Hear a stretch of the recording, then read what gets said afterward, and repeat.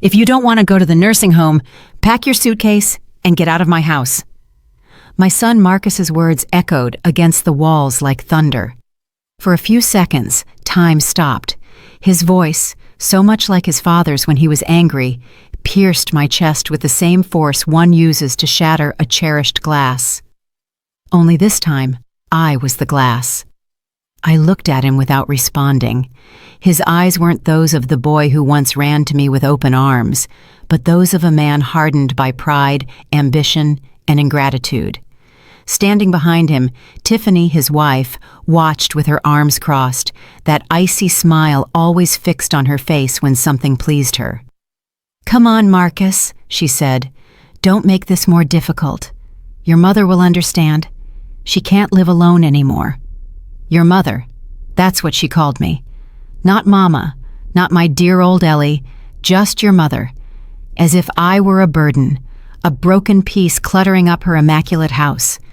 I stayed silent, not out of fear or resignation, but because I knew speaking would be useless.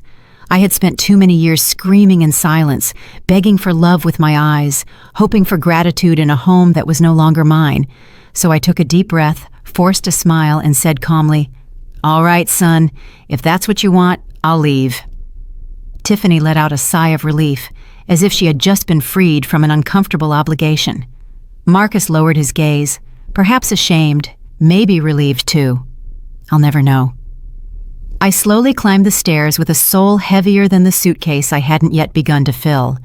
Every step was a memory, the small footprint Marcus left when he was learning to climb, the railing that David, my late husband, had varnished with his own hands, the smell of aged wood and the past.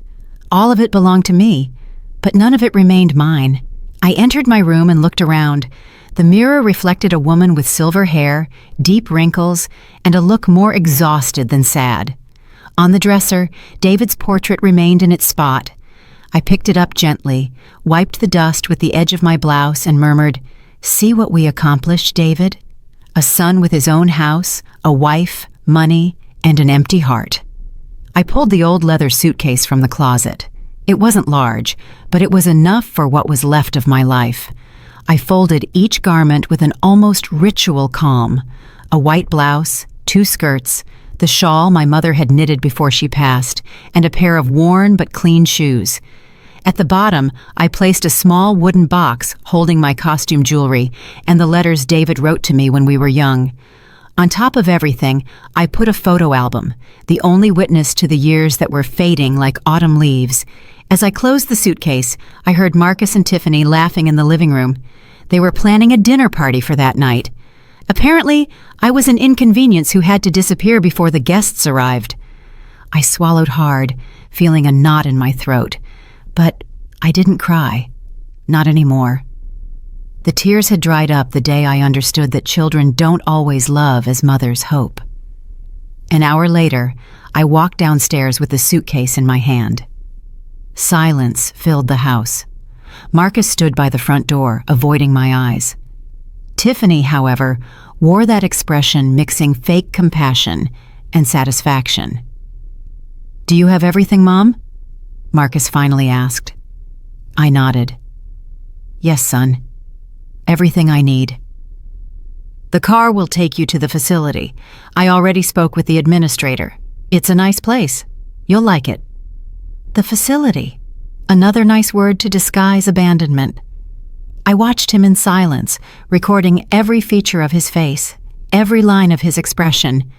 I didn't want to remember him like this, but the heart doesn't choose what it keeps. When I opened the door to leave, a sound interrupted the tension.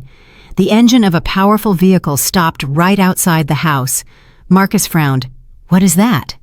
We walked toward the window. A black town car, gleaming under the afternoon sun, was parked at the curb. The chauffeur, in a dark suit and gloves, stepped out and walked toward me. "Mrs. Eleanor Johnson?" he asked respectfully. "Yes, that's me." "I've come to pick you up. Mr. Elijah Sterling asked me to escort you." The color drained from my son's face. "Elijah Sterling?" he repeated incredulously. "Yes, sir," the chauffeur replied. "He said the madam would know what it's about." I smiled softly. I remembered that name. A man from my past who had marked my youth with tenderness and promises I couldn't fulfill. Fate, capricious as always, brought him back just when life was trying to erase me. Marcus looked confused. Tiffany's mouth was open. "What is going on, Mom?" I picked up my suitcase, took a deep breath, and replied, "Nothing, son. It's just that the assisted living facility waiting for me is much bigger than you imagined." The chauffeur opened the limousine door. Before stepping inside, I turned to Marcus. "Take care of this house. One day you'll understand what you lost." I crossed the threshold without looking back. The sun hit my face, and the wind moved my silver hair. For the first time in many years, I didn't feel old. I felt free. The car door closed, and the engine started with a soft roar. As we pulled away, I saw my son in the rearview mirror, paralyzed on the sidewalk, watching his mother disappear inside a limousine he never could have imagined. I smiled calmly. Fate had just taken its first step. The limousine moved slowly down the road, leaving behind the neighborhood where I had lived for the last 3 decades of my life. I stared out the window without blinking, watching the trees blur and the small houses grow more distant, like memories fading into the distance. The silence inside the car was so deep, I could hear the beat of my own heart. The chauffeur, a man with gray hair and impeccable manners, watched me in the rearview mirror. "Mr. Sterling asked me to take you directly to his residence," he said kindly. "He's very eager to see you." I nodded without saying a word. My throat was tight, as if years of unshed words were stuck there. Elijah Sterling. It had been more than 40 years since I'd heard that name. I loved him when I was 22, a time when life still seemed generous and love was a certainty. But poverty, responsibilities, and irreversible decisions pulled him away from me. I never heard from him again, though sometimes on sleepless nights, his memory visited me with the softness of an old perfume. The car stopped in front of a wrought iron gate. On the other side, a property stretched out, seemingly from another world. Wide gardens, a stone path, a magnificent white house with enormous windows that reflected the sky. The chauffeur got out, opened the door, and offered me his hand. As I stepped onto the ground, I felt I was crossing not just an entrance, but a destiny. A man was waiting at the door. Seeing him, my heart leaped. His hair was completely white, his face etched with wrinkles, but his eyes, those same warm, steady eyes that once promised me the world. "Ellie," he whispered, a sound that pierced my soul. I couldn't move. I just looked at him, trying to recognize, through the shadows of time, the young man who once gave me a flower at the community fair and told me my smile was the most beautiful thing he had ever seen. "Eli," I finally replied. We stood looking at each other for a few seconds, as if the past weighed heavily on us, yet without regret. He took a step toward me and hugged me. Not a hug of passion, but one of recognition. The kind that says, "Finally." "I searched for you for years," he said, his voice trembling. "Why, Eli?" I asked softly. "Time already took care of keeping us apart." "Because there are things time doesn't erase. I heard what happened with your son. I saw the whole thing on the country club newsfeed. A neighbor of mine mentioned it, and when I heard your name, I felt fate knocking on my door again." I lowered my gaze, ashamed, not for having been thrown out, but for the pain of knowing someone else had witnessed my humiliation. He took my hand.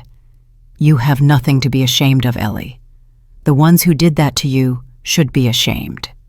His words were so simple and so necessary that I had to look away so he wouldn't see my tears. It had been years since anyone had spoken to me with such tenderness. I had forgotten what it felt like. We went inside the house. The interior was elegant, but warm. Soft rugs, the scent of fresh flowers, antique paintings. Nothing ostentatious. Everything was balanced, as if wealth were not a display, but a refuge. A young staff member greeted us with tea and freshly baked bread. Eli motioned for me to sit in front of the fireplace. "This house is too big for one man. he said with a melancholy smile. Loneliness sometimes makes more noise than the wind. I know that too, I replied. He sat across from me and watched me tenderly. You know, you haven't changed as much as you think. You have, I joked. Now you look like a preacher. He laughed, and his laugh was the same as before, illuminating everything around us. For a moment I felt young again. We spent hours talking.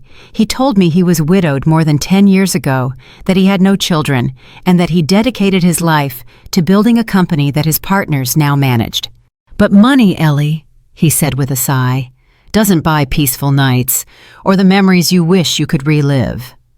I told him my story in a low voice, but without hiding anything. David's illness, the years of sacrifice, the effort to raise Marcus alone, the work, the absences, and finally, the betrayal. Eli listened without interrupting, his gaze fixed, with a compassion that held no pity. When I finished, he remained silent for a few seconds. You were too good, he finally said, but you forgot about yourself. That's what mothers do, I replied. We erase ourselves so others can exist. Well, it's time for you to write your name again, Ellie. His words made me tremble. I didn't know if it was a promise or a challenge. Maybe both. That night, he settled me into a bright room with a large bed and a balcony overlooking the ocean. The sound of the waves was different from that of my old house, softer, less sad. On the nightstand, I found an envelope with a handwritten note. No one can take away what you deserve. Rest. Tomorrow, we start anew. I tucked the note into my purse like someone guarding a seed, because in the depths of my heart, something was beginning to awaken. It wasn't love or hope, it was dignity. The same dignity my son had tried to rip away with his shouts, the same dignity that time had been unable to destroy. I turned off the light, took a deep breath, and looked toward the dark horizon. The future, for the first time in a long time, made me curious. I woke up to the sound of the ocean spilling in through the balcony. The air smelled of salt, of something I hadn't felt in a long time. Freedom. For the first time in years, I had no one rushing me, no list of chores waiting, no judgmental glance for moving too slowly. Just silence, and silence, when it doesn't hurt, can be a blessing. I got up slowly, put on a linen robe, and walked to the balcony. The sun caressed the water's surface as if the sea were alive and breathing. I took a deep breath. It was strange to feel peace after so much chaos. A part of me didn't know what to do with it. Behind me, the door opened gently. It was Eli with 2 cups of coffee. I thought you'd be awake already, he said with that deep, serene voice. The ocean wouldn't let me sleep too long, I replied, smiling. He handed me the cup. Then we have something in common. Neither the sea nor memories let us rest. We sat together looking at the horizon. For a few minutes, we didn't say anything, just shared the silence of people who don't need to fill voids with words. You know, Eli, I said at last, sometimes I think the past doesn't age. It just stays, waiting for the moment to return. And when it returns, he replied sadly, it sometimes surprises us with how little we've changed inside. His words made me think of David, my late husband. I didn't hate him, I just remembered him with the resignation one remembers a season. He was an upright man, a hard worker, but he never learned to listen to me. He worried more about what the neighbors would say than what his wife felt, and I accepted it all, believing that resignation was part of love. That morning, while Eli left for a meeting, I stayed alone in the parlor. There was an old piano on the table. I ran my fingers over the keys, not daring to play. I hadn't done so in more than 3 decades. When I was young, I played at the local church. It was my refuge. But when Marcus was born and money started to run short, I had to sell my piano and my dreams along with it. I closed my eyes and pressed a key. The sound was soft, almost timid, but it awakened something inside me. And without thinking, I began to play a melody I remembered by heart, one I used to sing when Marcus was a child and was afraid to sleep alone. My hands trembled, but my soul did not. When I finished, I felt a knot in my throat. The echo of the notes mixed with my tears. They were old, held-back tears, the kind one saves out of pride or habit. In that moment, I knew the past isn't cured by ignoring it, but by looking it in the face without fear. In the afternoon, Eli returned with a folder in his hand. "I brought you something," he said, placing it on the table. Inside were papers, blueprints, and documents. "I'm selling some properties," he explained, "and I thought you could help me with the administration." "Me?" I asked, surprised. "I haven't worked at anything in years." "Exactly why," he replied with a smile. "It's time for you to remember your worth." I didn't know what to say. For decades, my life revolved around others. Thinking about myself felt almost selfish, but there was something in the way he looked at me, something that made me believe I still had strength. That night, after dinner, I went up to my room with the folder tucked under my arm. I sat at the desk and began to read. The words, property, land, value, seemed written in another language. But little by little, my mind began to wake up. I remembered that when I was young, I was good with numbers, that I kept the accounts for David's business. I remembered that I, too, had had dreams. I closed my eyes and smiled. It was as if a sleeping part of me was starting to move again. Before falling asleep, I looked out the window. The moon was high and the ocean was calm. I thought of Marcus. Was he thinking of me? Did he regret what he said? Maybe not. But that didn't hurt me as much anymore. The pain had begun to transform into something stronger. Determination. I touched the envelope where I kept Eli's note. "No one can take away what you deserve." I smiled. Perhaps, after all these years, fate was giving me a second chance. And this time, I wasn't going to waste it. I turned off the lamp, lay down, and before closing my eyes, I whispered, "Thank you, Eli. Thank you, life." They say that freedom, when it arrives late, tastes different. It doesn't have the sweet flavor of youth, but a deeper, wiser, almost serene taste. That's how I felt every morning waking up in that house by the sea. Free, but also new. The days passed with an unfamiliar calm. I got up early, made coffee for 2, and then walked through the garden, touching the flowers with my fingertips as if to make sure it was all real. Afterward, I sat at the desk with Eli's folder and immersed myself in papers, numbers, and decisions. At first, I doubted myself. Too many years had passed obeying orders, asking permission, living in the shadow of others. But little by little, I began to remember what it was like to take the lead. The brain, just like the heart, only needs a spark to burn again. Eli noticed it.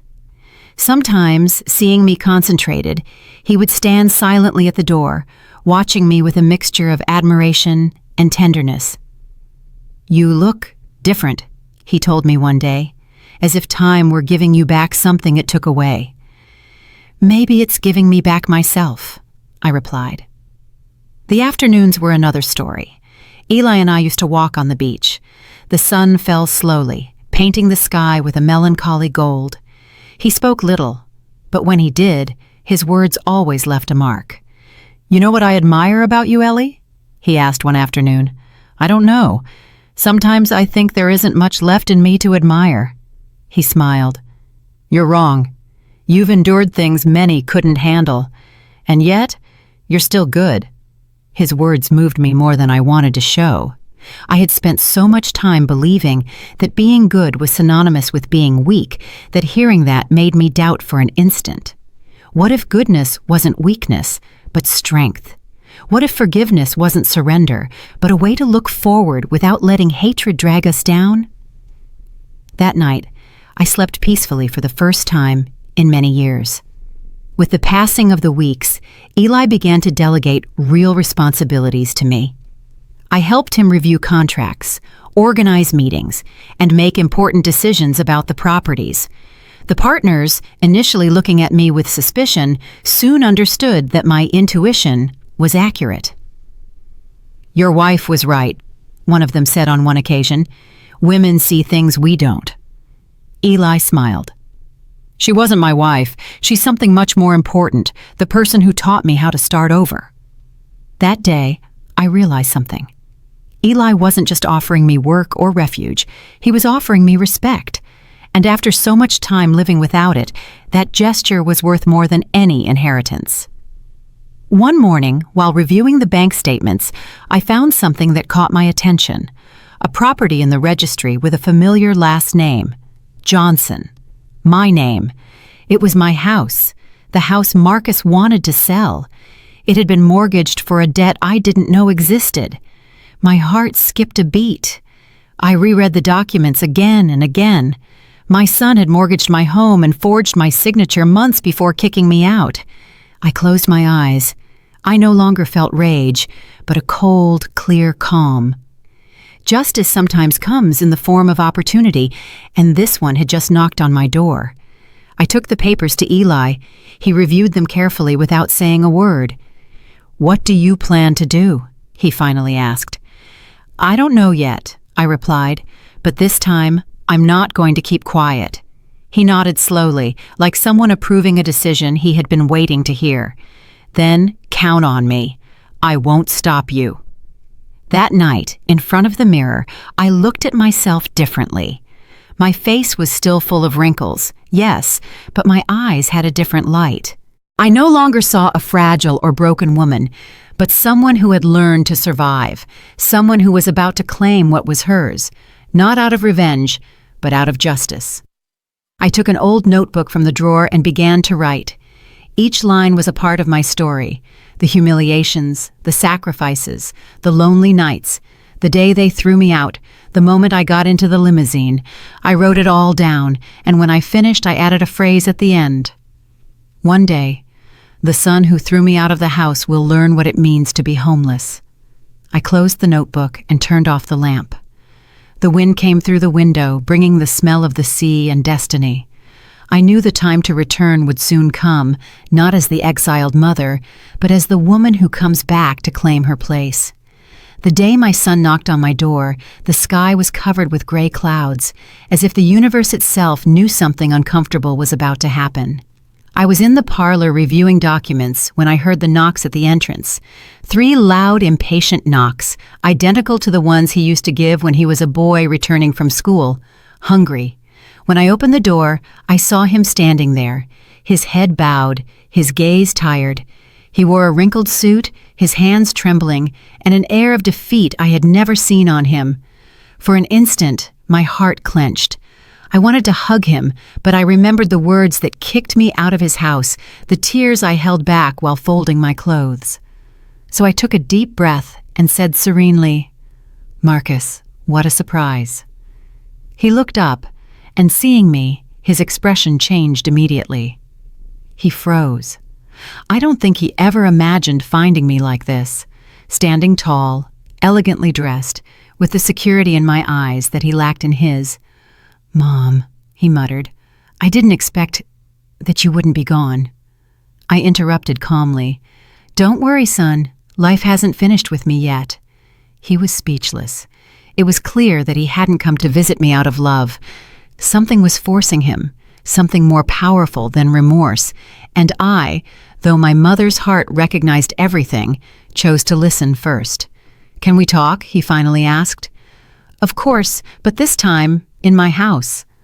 I invited him in. His eyes darted around the place with a mixture of surprise and envy. The fine furniture, the smell of fresh coffee, the antique paintings, the impeccable silence. That space had nothing to do with the small house where he had yelled at me. We sat across from each other. For the first time in a long time, the power was on my side. "Mom," he began, "I know I have no right to ask you for anything, but I'm going through a difficult time." "Oh, really?" I asked softly.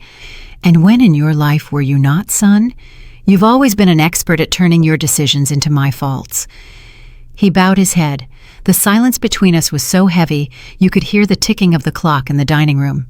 "I lost my job," he continued. "Well, Tiffany left, and I'm complicated with some debts." "Complicated," he said. That elegant word hid the truth I had already discovered. The mortgage, the forgery, the betrayal. "And what do you expect from me, Marcus?" I asked firmly. "I thought that maybe you could help me even for a while." "Help you?" I repeated, savoring the irony. "Like you helped me when you threw me onto the street?" He didn't respond. His eyes welled up. For a second, I thought his remorse was real, but the heart, once wounded, learns to recognize falsehood. "Mom," he said at last, in an almost pleading voice, "I made mistakes, but I'm still your son."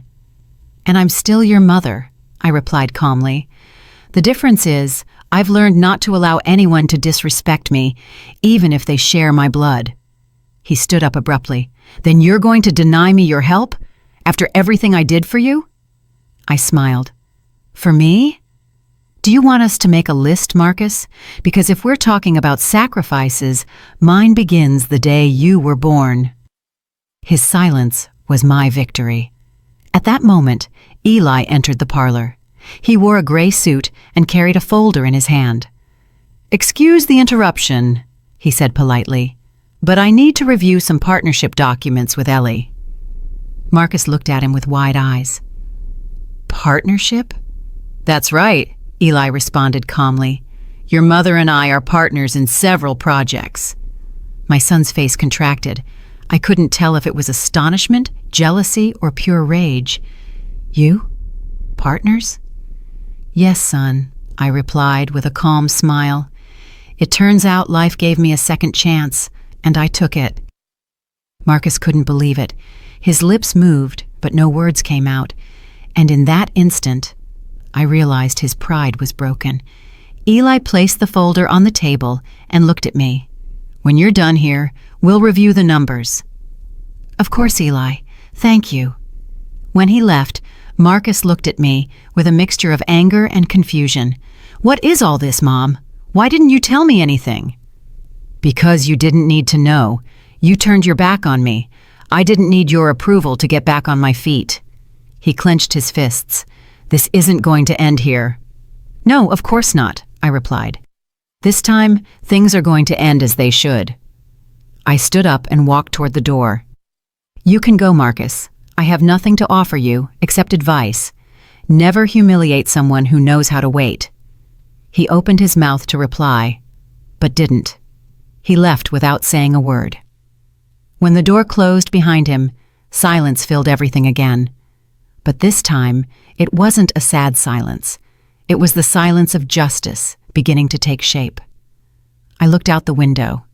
In the distance, the sea continued its course, unyielding, serene, eternal, and I knew fate still had scores to settle.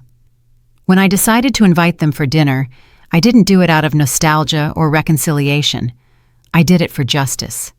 After all, some wounds only close when you look them in the eye. Eli hesitated at first. "Are you sure you want this, Ellie?" he asked worriedly. "You don't have to face them if you don't want to." "I don't want to face them," I replied. "I want them to look at me and see what they tried to destroy and what they couldn't." And so, a week later, the main dining table was set like never before, white linen, tall candles, crystal goblets, and a meticulously prepared dinner by the private chef. I wore a dark blue dress, discreet but elegant, and a silver brooch that belonged to my mother. That night, more than a hostess, I felt like a queen receiving two vassals who didn't yet know their power was over. At 8 o'clock sharp, the doorbell rang. The butler opened the door and announced in a neutral voice, "Mr. Marcus Johnson and Mrs. Tiffany." They both walked in, arm in arm, she, as always, impeccable and haughty, with a forced smile, he, nervous, looking around, uncomfortable with so much opulence. "Mom," Marcus said, "thank you for inviting us." "Don't thank me," I replied softly. "Families should see each other once in a while, if only to remember where they came from." We sat down. Eli was beside me, calm, with that impenetrable look he used when something important was about to happen. The atmosphere was tense, though appearances concealed it well. Tiffany feigned interest in everything around her, the lamps, the china, the paintings. "What a beautiful home," she said admiringly. It must be a relief for you to have someone taking care of you, Mrs. Johnson. Her smile was as sharp as a knife. I don't need anyone to take care of me, Tiffany, I countered. I just needed someone to remind me who I was. She laughed, but her laugh sounded hollow. Eli intervened calmly. Ellie doesn't need care. In fact, she helps me with everything. We're partners, you know. Silence fell like a stone in water. Tiffany blinked in surprise. Partners? That's right, I replied, looking directly into her eyes. We work together in the real estate business. In fact, several of the largest contracts are in my name. Marcus looked at me with a mixture of confusion and wounded pride. I didn't know that. You didn't need to know it, I retorted.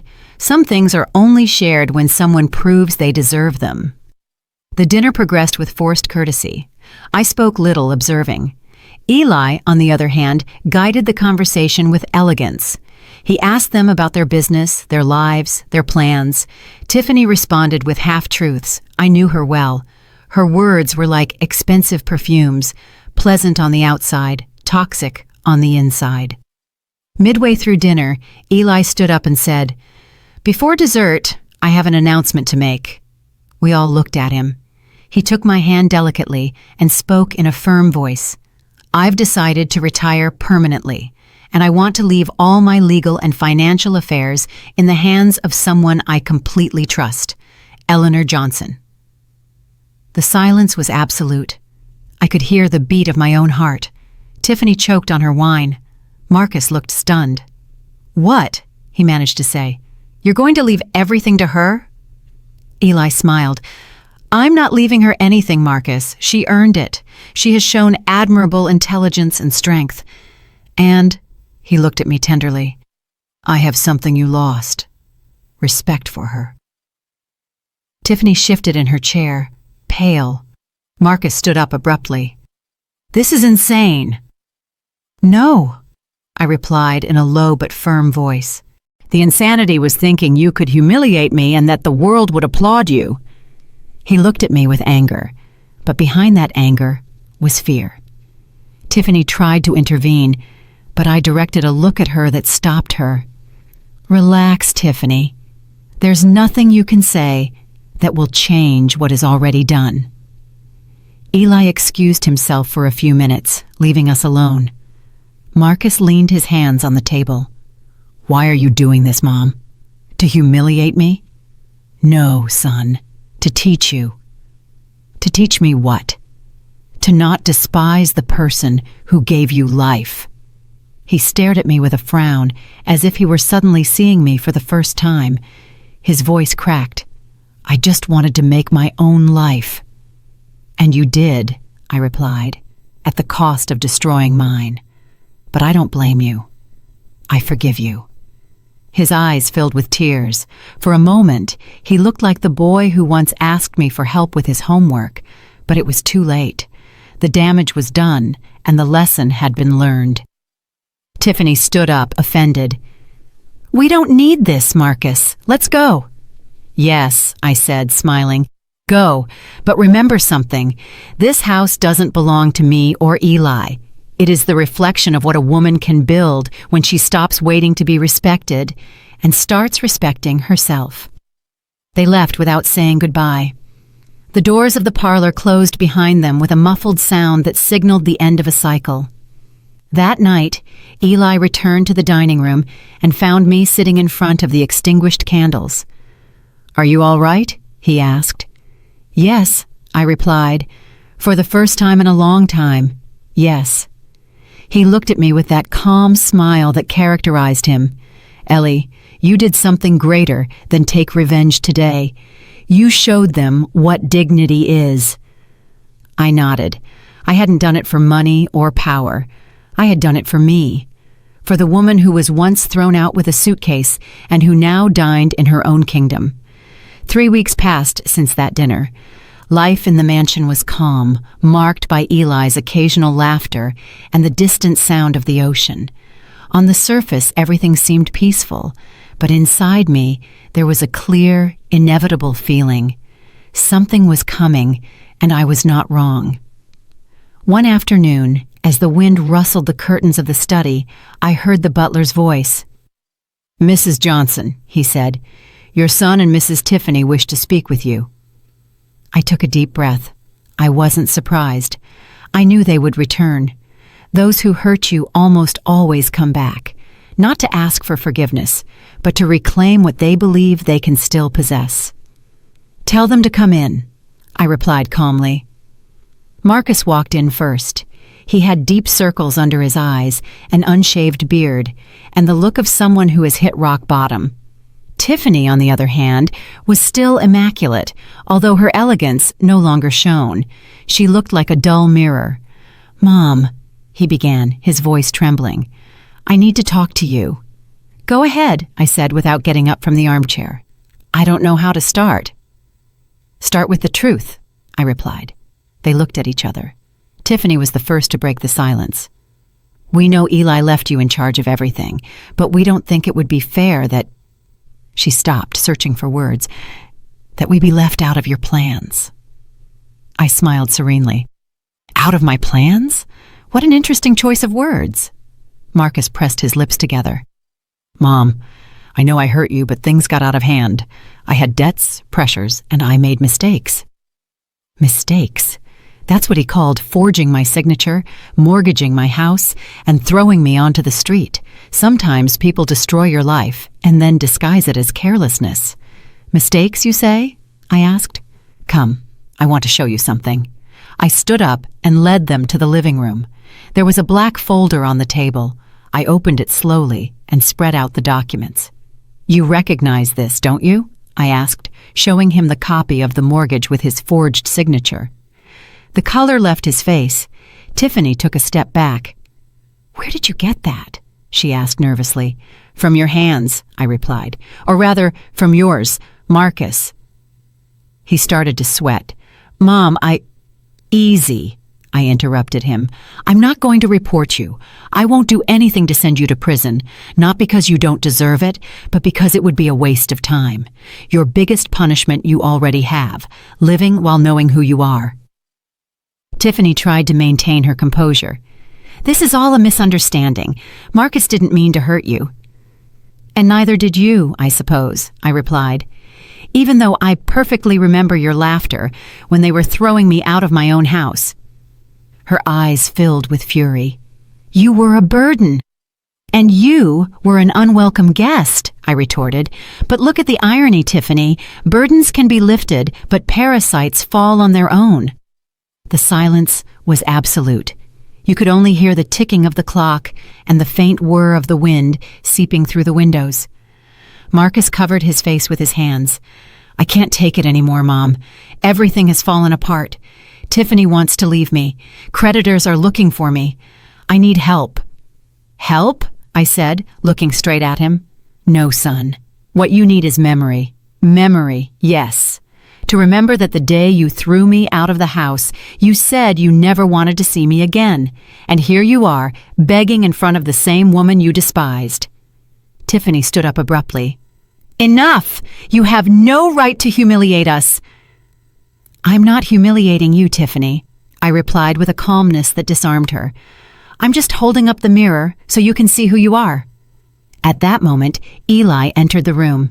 He held another folder in his hand, but his gaze was different, cold, distant. "Ellie, is everything all right?" he asked. "Yes, Eli, just finishing a pending conversation." He nodded and placed the papers on the table. "Perfect, because there's something else they should know." He looked at both of them.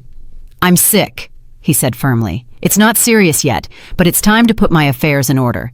And so there are no confusions. All my legal inheritance and my business assets will be transferred to Eleanor Johnson's name." Marcus's eyes widened with desperation. "What? That can't be." "It can be," Eli replied. "She earned my trust, my respect, and something more valuable, my admiration." Tiffany tried to fake a smile. "That must be a mistake, Mr. Sterling. Marcus has always wanted to repair what happened." Eli looked at her with disdain. "Remorse born out of self-interest is worthless, madam." Marcus collapsed into the armchair, exhausted. For the first time, I saw him without masks. just a lost, empty man who no longer knew whom to blame. I walked over to him, put my hand on his shoulder, and whispered, "I warned you, son. Houses are built with love, not with selfishness. You chose fire, and now you live among the ashes." His tears began to fall. Tiffany stepped away, annoyed, ashamed. "Let's go," she said harshly. Marcus didn't move.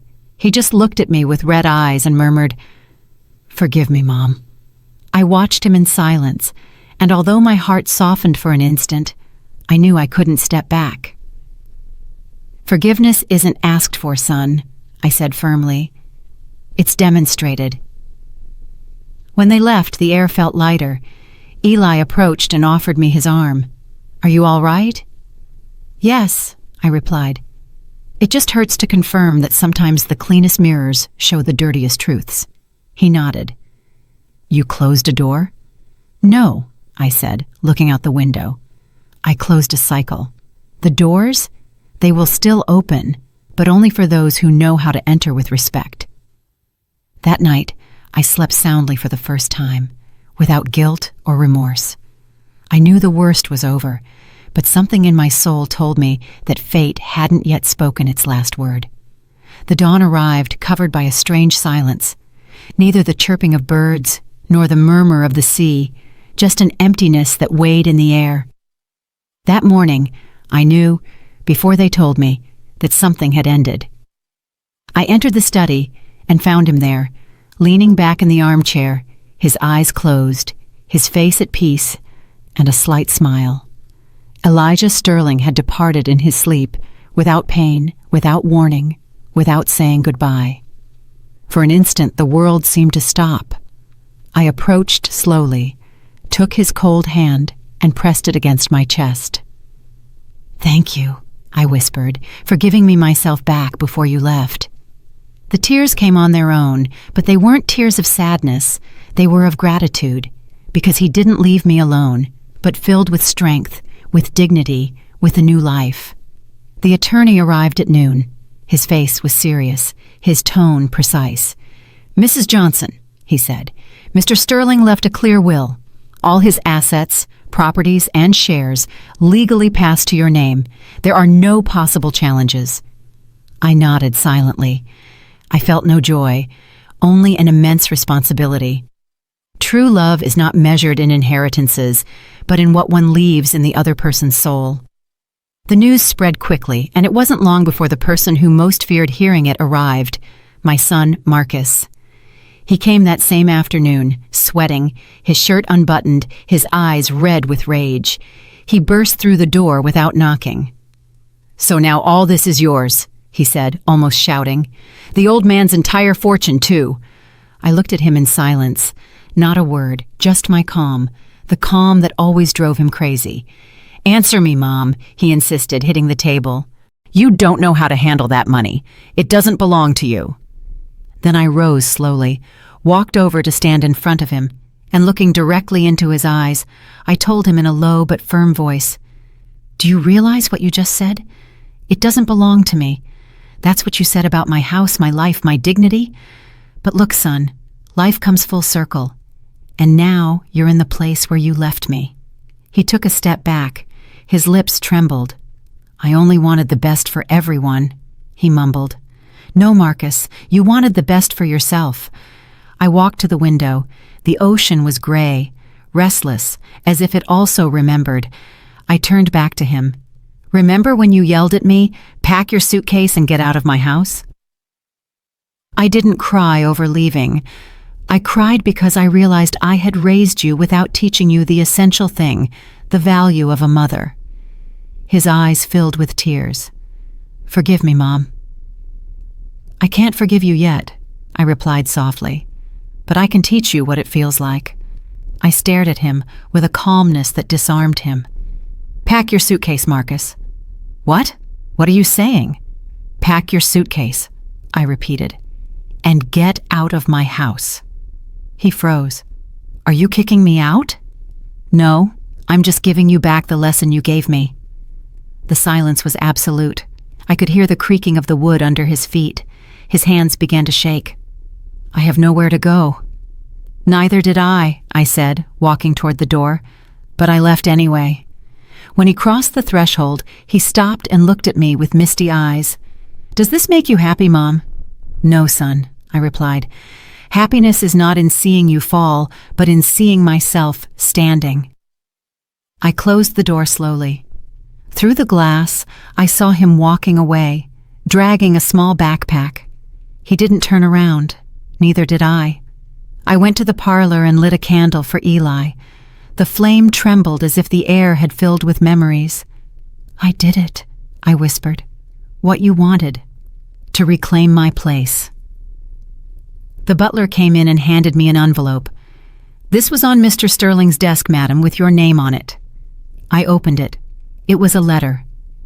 "Ellie, if you are reading this, I am gone. Don't mourn me. Death steals nothing from me. It only changes my location. Guard what you built, but above all, guard yourself. From the forgiveness you give too easily, and from the love you don't know how to deny yourself. Money passes. Dignity remains." Tears blurred my vision. That letter was his last gift, a warning and a blessing. That night, the wind lashed the windows. The sea roared as if it wanted to tear everything down. I sat in front of the fire with the letter on my lap. I thought of Marcus, of Tiffany, of everything I had lived, and I understood that revenge, when it arrives with elegance, does not destroy. It teaches. Eli had left me much more than properties. He had left me my voice, my power, my center. I blew out the candle with a sigh. The fire was extinguished, but inside me, something continued to burn. The certainty that I would never again be the woman someone could throw out of her own house. Several months had passed since Eli's death. Winter had settled on the coast, and the wind brought a cold that hurt the bones but purified the air. The house was quiet, as if it too had learned to live with his absence. My days passed between work, reading, and walks in the garden. I had found something many search for all their lives: peace. Until that afternoon. The sound of the doorbell broke the calm. The butler appeared at the parlor door. "Mrs. Johnson," he said with a contained voice, "there's a woman who insists on seeing you. She won't leave." "Who is it?" "She says her name is Tiffany." The name fell on me like a piece of ice. For an instant, I thought about saying I wasn't home, but then I took a deep breath. The time had come to close the last wound. "Show her in," I said firmly. The door opened, and there she was, Tiffany. She was no longer the arrogant, haughty woman who once looked at me with contempt. Her face was haggard, her makeup poorly applied, her hair neglected. She wore a worn coat and empty eyes, devoid of shine, devoid of arrogance. She was barely a shadow of herself. "Mrs. Johnson," she said in a threat of a voice, "forgive me for coming without calling." "Don't worry," I replied calmly. "Come in." She walked in slowly, looking all around as if she couldn't believe the same woman she had tried to erase from the map now lived in a place like this. We sat across from each other. I was in my usual armchair. She was on the edge of hers, nervous. "I need your help," she began without preamble. "Marcus is missing. He left weeks ago. He had problems with dangerous people. He lost everything, including the house. And she broke off, "I have nowhere to live." The silence became dense. I watched her without saying anything. Every word she spoke was like a piece fitting into the puzzle of fate's justice. She, who had once thrown me out of my house laughing, now asked for a roof. "And what do you expect from me, Tiffany?" I asked serenely. "Just a place to stay, not for long, until I can start over." I looked at her. Her hands were trembling, her lips were chapped, her eyes were pleading. For a moment, I felt compassion, but the memory of her voice on that cursed day, "You'll ruin the pictures with your old medicine smell," came back like a slap. I took a deep breath. "Do you remember when you told me that a house was no place for useless old women?" I asked softly. "Mrs. Johnson, I was wrong. I know that. But words, like stones, leave a mark. She fell silent, her eyes filled with tears. Please, she murmured. I have no one else. I looked at her closely, not with hatred, but with a calmness that only years can give. Life, I thought, is a cruel but fair teacher, and this woman had already learned her lesson. I stood up slowly and walked to the window. The sea was gray, turbulent, just like that afternoon Eli died. And looking toward the horizon, I spoke without turning around. I can't offer you a home, Tiffany, but I can offer you something that is worth more. What is that? She asked, barely audible. The same advice you gave me one day, though in different words. Learn to start alone. She lowered her head in defeat. She stood up with effort and walked toward the door. Before leaving, she stopped. You know, she whispered, I always believed you were weak, that your silence was cowardice. I turned and looked her in the eyes. You were wrong, Tiffany. My silence was patience, and patience always collects its price. She opened the door with trembling hands. The sea wind blew in, cold as a reminder. She looked at me one last time and whispered, I hope one day I can forgive myself. I hope so too, I replied, but forgiveness must also be earned. And then she left without looking back. She disappeared down the stone path with her coat waving in the wind like a surrendered flag. I stood watching the closed door for a long time. I didn't feel joy. I didn't feel sorrow, only a strange sense of relief. It was as if a shadow had lifted from my chest after years of living there. I went to the garden. The waves crashed against the rocks, furious yet beautiful. I thought of Marcus. Where was he? Was he alive? A mother's heart never stops beating for her son, even when it has been wounded. My Lord, I whispered into the wind, keep him safe wherever he is, and if he ever returns, let him come with a clean soul. The wind blew harder, and in that moment, I felt something like an answer. It wasn't comfort, it was closure, because I had understood that justice, when it comes from the heart, doesn't need witnesses. That night, I lit the fireplace. The fire illuminated the walls, and Eli's portrait seemed to smile at me from across the room.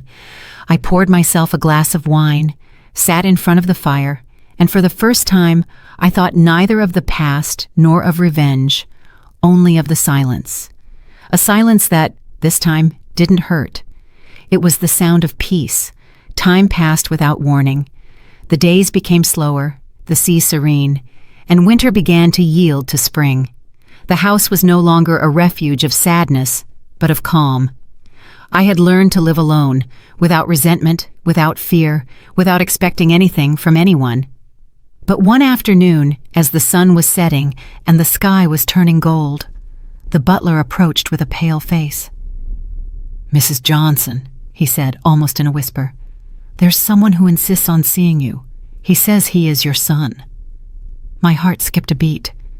My body felt numb, as if all the past had suddenly rushed into a single second. Show him in, I said, trying to keep my voice steady. Marcus walked in slowly, but he wasn't the same haughty man who had yelled at me years ago. His face was aged, his skin pale, his steps clumsy. He carried a cane in his hand and a cough that sounded like a farewell. His sunken eyes were those of someone who had lost more than money. He had lost life itself. Mom, he whispered. My name on his lips sounded different. There was no anger or pride, only exhaustion and a silent plea. I stood still, watching him in silence. I didn't know whether to run to hug him or remain firm. But he walked closer, fell to his knees in front of me, and began to cry. Forgive me, Mom. Please forgive me. His weeping was real, different from other times. He cried like a lost child, and in that moment, I understood that he was no longer my enemy, but a soul defeated by his own mistakes. I leaned down, took his face in my hands, and said with a trembling voice, I don't know if I can forgive you for everything, son, but I can love you, even if you no longer have time to change the past. He cried harder. I've been sick, he confessed. The doctor says I don't have much time left, and I just wanted to see you one last time. My eyes filled with tears. Why did you wait so long? I asked. Because shame weighs more than pain. I helped him stand up and led him to the armchair by the fire. I poured him some tea. His hand shook as he held the cup. The silence between us was not awkward. It was necessary. Every second that passed seemed to slow